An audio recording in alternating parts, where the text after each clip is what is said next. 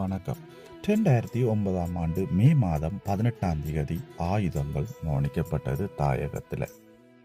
போர் சூழல்ல சமைக்க முடியாத காரணத்தினால அரிசியையும் தண்ணியையும் ஊற்றி கொதிக்க வச்சு குடிச்சுதான் அங்கத்த சூழலுக்கு ஏற்ற மாதிரி இருந்தவங்க. அதை நினைவு கூறுவதற்காகத்தான் தாயகம் முழுத்தலும் இந்த வாரம் ஃபுல்லாவே முள்ளிவாய்க்கால் நினைவு கஞ்சி எல்லாருக்குமே பகிர்ந்து கொடுக்கப்படுது. தாயகம் முழுவதும் இந்த யுத்தத்தில் நாங்கள் எப்படியெல்லாம் கொல்லப்பட்டோம், இல்லை எப்படியெல்லாம் கஷ்டப்பட்டோம் என்றதை இனிமே வர்ற இளம் சமுதாயத்துக்கு இதை நாங்கள் எடுத்து சொல்றதுக்காகவே இந்த ஒரு வாரம் நாங்கள் தாயகம் ஃபுல்லாவே அனுஷ்டிக்கிறோம். தாயகத்தில் இன்னைக்கு முள்ளிவாய்க்கால் கஞ்சி காய்ச்சி எல்லாருக்குமே பயந்து கொடுக்கப்பட்டது.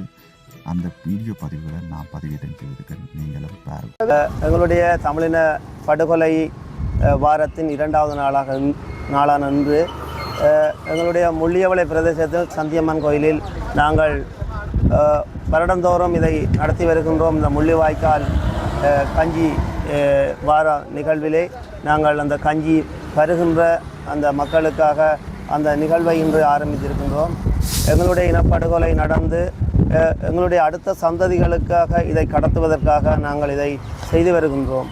எங்களுடைய சர்வதேசம் இதை முன்னே பார்த்து கொண்டிருந்த இந்த யுத்தம் எங்களுடைய இனம் அழித்து கொண்டிருந்த அதே நேரத்தில் எங்களுடைய மக்கள் ஒரு நேர உணவுக்காக கையேந்துகின்ற நிலை வந்தபோதும் அந்த கஞ்சி தான் இந்த மக்களுடைய உயிரை காப்பாற்றியது.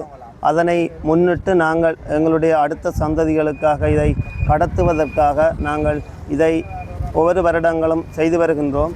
அந்த வகையிலே கட்சி பேதங்களுக்கு அப்பால் நாங்கள் எல்லாரும் ஒற்றுமையாக நின்று இந்த விடயங்களிலாவது நாங்கள் ஒற்றுமையாக நின்று இந்த நிகழ்வை நாங்கள் தொடர்ச்சியாக இந்த எங்களுடைய மக்களுக்கு அடுத்த சந்ததிகள் இப்போ இருக்கின்ற இளைஞர்களுக்கு இது பெரிய அளவில் அதுகளை தெரியாது.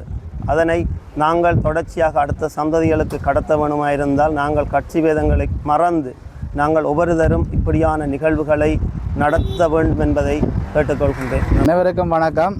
இன்று எங்களுடைய தமிழின படுகொலை பேரினவாத அரசு எங்களுடைய இனத்தினை கொன்று குவித்து கொத்து கொத்தாக முள்ளிவாய்க்காலிலே கொன்று குவித்த அந்த தமிழின படுகொலை வாரத்தினுடைய 2வது நாளிலே நாங்கள் முள்ளியவளை பிரதேசத்தினுடைய சந்தியம்மன் ஆலயத்துக்கு முன்பாக அந்த இறுதி யுத்தத்தின் போது உணவுக்காக இங்கே வரிசையிலே நிற்கின்றவர்களை பார்த்திருக்கின்றீர்கள். அது ஒரு நேர கஞ்சிக்காக, அதாவது உப்பு கஞ்சிக்காக இவர்கள் இந்த வரிசையிலே நின்று அந்த கஞ்சியினை பெற்றுத்தான் இந்த உயிரை காப்பாற்றியிருக்கிறார்கள். அவ்வாறு எங்களுடைய இந்த இன அழிப்பை இந்த பேரினவாத அரசு மேற்கொண்டு வந்தது. அந்த வகையிலே முள்ளிவாய்க்காலிலே நாங்கள் எவ்வாறு உணவு அருந்தினோம் என்பதனை எதிர்கால சந்ததியினர் தெரிந்து கொள்வதற்காக அந்த உப்பு கஞ்சியினை காய்ச்சி மக்களுக்கு வழங்குகின்ற இந்த படுகொலை வாரத்திலே வழங்குகின்ற நிகழ்வுகள் பல இடங்களிலே நடைபெற்று வருகிறது. இன்றைய இந்த கிழமையானது முள்ளிவாய்க்கால் கஞ்சி, அதாவது துக்க வாரமாக நாங்கள் கொண்டாடுகின்றோம். 2009 யுத்தகால பகுதியிலே எங்களுடைய மக்கள் கற்பழிக்கப்பட்டு உடைமைகள் அவிழ்க்கப்பட்டு அங்கவீனங்களாக உயிரோடு புதைக்கப்பட்டு பல்வேறு சிக்கல்கள் மத்தியிலும் தங்களுடைய உயிரை பாதுகாப்பதற்காக அன்று என்ன கிடைக்கப்பட்டதோ அதை கொண்டு ஒரு கஞ்சியாக காய்ச்சி தங்களுடைய அன்றாட வாழ்க்கையை அவர்கள் கழித்து கொண்டார்கள். அந்த நினைவுகளை நாங்கள் மக்களுக்கு எடுத்து கூறும் முகமாக இந்த கிழமையிலே நாங்கள் முள்ளிவாய்க்கால் கஞ்சியினை மக்களோடு பகிர்ந்து கொள்கின்றோம். இது வெறுமனே கஞ்சி மட்டுமல்ல, இது உணர்வு, இது எங்களுடைய தேசியம், இது எங்களுடைய வரலாறு. இதை நாங்கள் ஒரு சம்பவமாக பார்க்கக்கூடாது. எங்கள் தேசியத்துக்காக, எங்களுக்காக மரித்த வீரர்களுக்காகவும், நாங்கள் எங்களுடைய விடுதலைக்காக போராடி மரித்த தோழர்களுக்காகவும், சாதாரணமாக வாழ்ந்த மக்களுக்காகவும் நாங்கள் பல நினைவஞ்சலிகளை மேற்கொள்கின்றோம். அந்த நினைவஞ்சலிகளில் ஒன்றுதான் இந்த முள்ளிவாய்க்கால் கஞ்சியானது. இந்த நினைவுகள் எங்களுடைய மக்கள் உரிமைக்காக போராடியதன் விளைவாக தங்கள் இன்னுயிரை மாய்த்து கொண்டார்கள். அவர்கள் காணாமலாக்கப்பட்டார்கள், கற்பழிக்கப்பட்டார்கள், கொலை செய்யப்பட்டார்கள், உயிரோடு புதைக்கப்பட்டார்கள். ஆனால் இன்று வரைக்கும் அதற்கான சர்வதேச விசாரணைகள் நடைபெறவே இல்லை. அதை ஏன் என்று கேட்க ஆட்களும் இல்லை. அதற்காகத்தான் நாங்கள் மக்களுக்காக இன்று வரைக்கும் நாங்கள் இறுதிக்கட்ட போரில் நிறைய பேர் சரணடைந்தவர்கள் இன்று வரை காணாமலாக்கப்பட்டுள்ளார்கள். காணாமலாக்கப்பட்டவர்களை தேடி இன்று வரை கிட்டத்தட்ட 15 ஆண்டுகளாக போராடி வர்றார்கள் என்றதுதான் வேதனைக்குரிய விடயமாகவே இருக்கின்றது. தன்னுடைய தம்பி, தன்னுடைய அண்ணன், தன்னுடைய கணவன், தன்னுடைய பிள்ளை என்றாவது ஒரு நாள் திரும்பி வந்து விடுவான் என்ற நம்பிக்கையோடு தான் இவர்களுடைய போராட்டம் 15 ஆண்டுகள் தாண்டியும் நடந்து கொண்டு இருக்கு. நீங்களே நினைச்சு பாருங்கள், ஒரு பிள்ளை தன்னுடைய அப்பா எங்கே எப்போ வருவார் என்று கேட்கும்போது அவங்களுடைய மனநிலை என்னவாக இருந்திருக்கும் என்று. நாங்கள் போராடி கொண்டிருக்கிறோம் என்பது சர்வதேச நாடுகளுக்கும் தெரியும். காணாமல் ஆக்கப்பட்டவர்களுக்கான ஒரு விசாரணையும் தரப்போவதும் இல்லை இந்த அரசாங்கம். எங்களுக்கான நீதி எப்போது ஒரு நாள் கிடைக்கும் என்ற நம்பிக்கையோடு தான் இவர்களுடைய போராட்டமும் தொடர்ந்து கொண்டே இருக்கின்றது.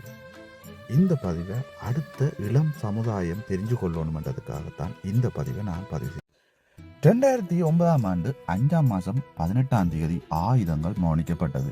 அதற்கு பிறகு அரசியல் ரீதியாக எமது உரிமைகளை மீட்டெடுக்கலாம் என்ற ஒரு போராட்டம் தொடர்ந்தது.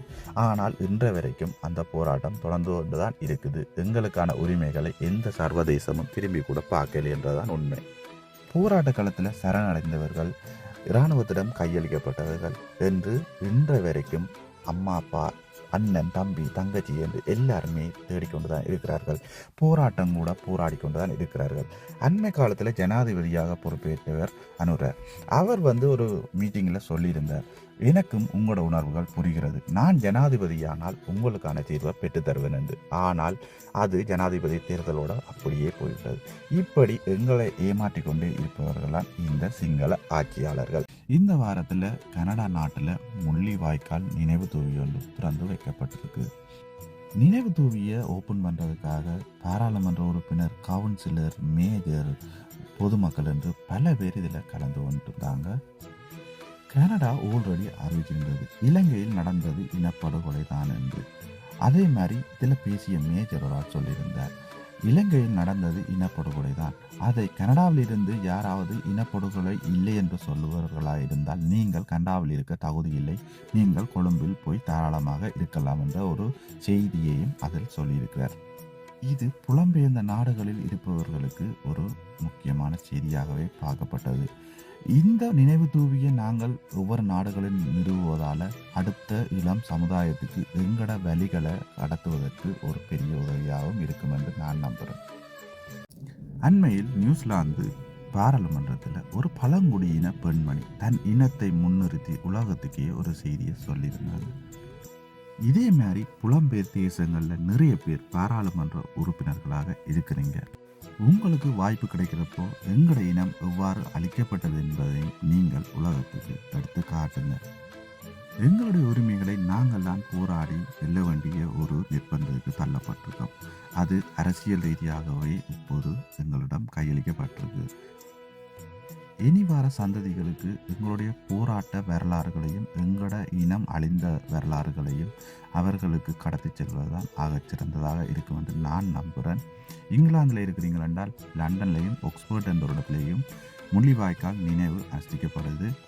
எல்லாரும் தவறாமல் கலந்து கொள்ளுங்க. உப்புக்கரை காற்றிலே எங்கள் இரத்தக்கரை கரைந்து போனது, கண்ணீரும் கடலோடு கலந்தது என்னவோ, மனதில் என்றும் கரையாத வடுக்களோடு எமது ஈழ மக்களின் பயணம் தொடர்ந்து கொண்டே இருக்கின்றது. தவிர்க்க முடியாத காரணத்தால் போக முடியலை என்றால் வீட்டில் ஒரு மெழுகுதிரி எடுத்து இறுதி போரில் உயிரிழந்த எங்கட மக்களுக்காக ஒரு நிமிஷம் அஞ்சலி செலுத்துங்க. எல்லாருமே வீட்டில் இருந்திருந்தாலும் தவிர்க்க முடியாத காரணத்தால் போக முடியலை என்றால் வீட்டில் ஒரு மெழுகுதிரி எடுத்து இறுதி போரில் உயிரிழந்த எங்கட மக்களுக்காக ஒரு நிமிஷம் அஞ்சலி செலுத்துங்க. எல்லாருமே வீட்டில் இருந்திருந்தாலும். இந்த வீடியோவில் ஏதாவது தவறுதலாக இருந்தால் மன்னிச்சிடுங்க. மீண்டும் இன்னும் ஒரு காணொளியில் சந்திக்கிறேன். நன்றி, வணக்கம்.